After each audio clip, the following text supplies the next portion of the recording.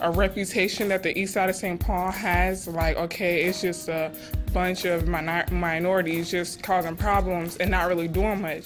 I don't know, I didn't have like a nice little childhood or whatever you want to say. Like, it wasn't like normal for me. My mom, she doesn't have anybody else to help her out, and so it's just me. Even though I'm young, I kind of feel like older than I really am because I had to grow up quickly. I got involved with CDC last summer. I was looking for summer jobs. What we do basically is manage 7 gardens along the east side of St. Paul.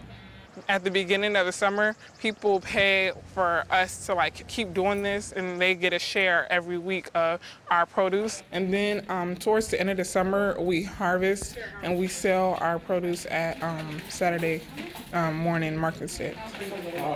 Thank you. This is my 3rd summer here.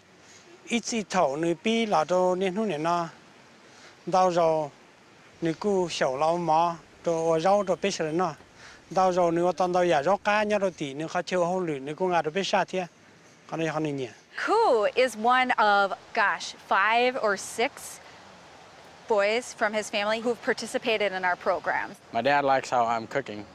It's provided them with this chance to really keep alive some of the things that are important to them. The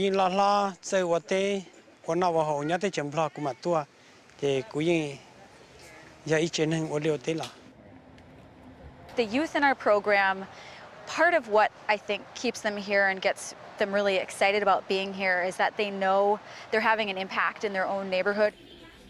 It brings affordable groceries to the community. You actually know where your food is coming from. And they're also creating products at the same time. So it's not just that kind of brief interaction so much as a long-term interaction where they're thinking, what kind of vegetables might we want to grow for this community that would be healthy and relevant to the people who live here? And so really engaging them and thinking about what they're doing, planning how these gardens are designed and planted, and then also really being there for the teaching. So it's not our staff teaching other groups of people visiting the gardens, it's the youth facilitated by the staff. CDC, they're open for change, which I like, okay, if you guys don't like this, why, and how can we change it? They feel like they trust us. These youth aren't just gardening, they're not just cooking, they're not just running a CSA in a market stand, which they're doing all those things, and then they're giving back to the community and they're creating products. And so I think taking so many different aspects of something that they're learning about and doing it over an extended period of time so they can see,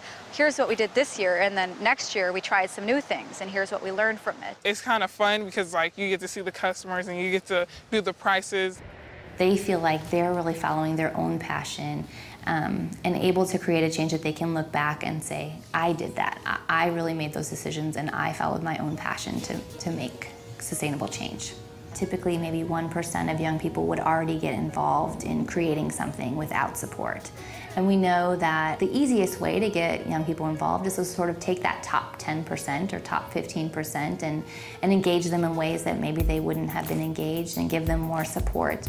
And I think what we've been really struggling with and challenging ourselves with is how do we get everyone else involved? How do we really make sure that young people maybe without family support or without community support are still able to do this? We have a certain kind of small portion of our income that comes from sales, but we think that there's potential there to increase. Like next summer, I think we're like getting some grant money to start like a new product.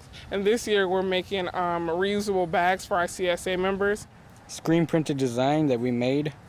We're thinking about like maybe a calendar or a cookbook because we have a lot of recipes that we do for the CSA market. When they put that responsibility, it has you thinking of like, okay, what other things could I do besides this that would just like, I don't know, just make CDC better just besides that.